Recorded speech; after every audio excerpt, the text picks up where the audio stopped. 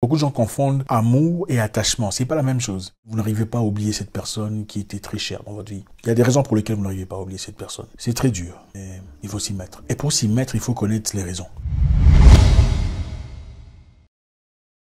Les questions venant de votre ego. C'est tout à fait normal. Ça vient, pourquoi? Pourquoi c'est à moi que ça arrive? Pourquoi? Et si je faisais ça différemment? Et si j'étais un peu plus tolérant? Malgré que tout ce qu'il faisait, ou tout ce qu'elle faisait dans ce cas, n'était pas cohérent en rapport avec une femme qui est engagée à un homme. Et si j'étais un peu plus tolérant par rapport à son ami qu'elle voyait chaque jour? Cette personne à qui elle parlait beaucoup qu'avec moi. Et si je lui donnais un peu plus d'argent, malgré le fait que je lui donnais 75% de mon salaire déjà?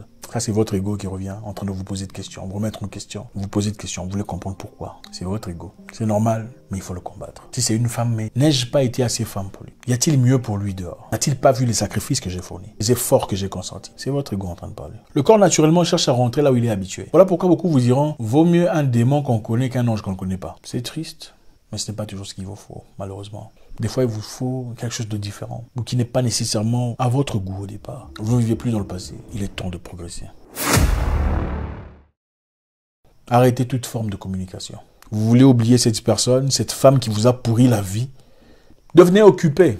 Occupez-vous à faire quelque chose. Je pense qu'à l'époque, dans le passé, avant de rencontrer cette fille, vous étiez certainement en train de jouer au basket, en train de faire du sport, en train de faire du karaté, je sais pas. Replongez-vous dans vos activités. Retrouvez la vapeur, revivez la chaleur de la vie que vous aviez mise en pause pour accommoder une personne. La vie, c'est un combat. C'est un jeu, mais en étant un combat. Retrouvez la personne que vous êtes. Les activités en dehors de la maison, la lecture, allez vous enrichir, sortez, allez marcher, allez faites un petit voyage si vous avez les moyens. Pour pouvoir avancer et progresser, c'est comme ça. Encore une fois, apprenez à vous pardonner pour avoir commis cette erreur, de lui accorder la confiance que vous lui avez accordée. Ce n'est pas de votre faute, ça prouve que vous êtes peut-être quelqu'un de bien. Pardonnez-vous à vous-même pour avoir placé votre confiance, votre cœur entre les mains d'une personne qui n'a pas su comment gérer ça. Pardonnez aussi à la personne parce qu'elle ne sait pas ce qu'elle fait.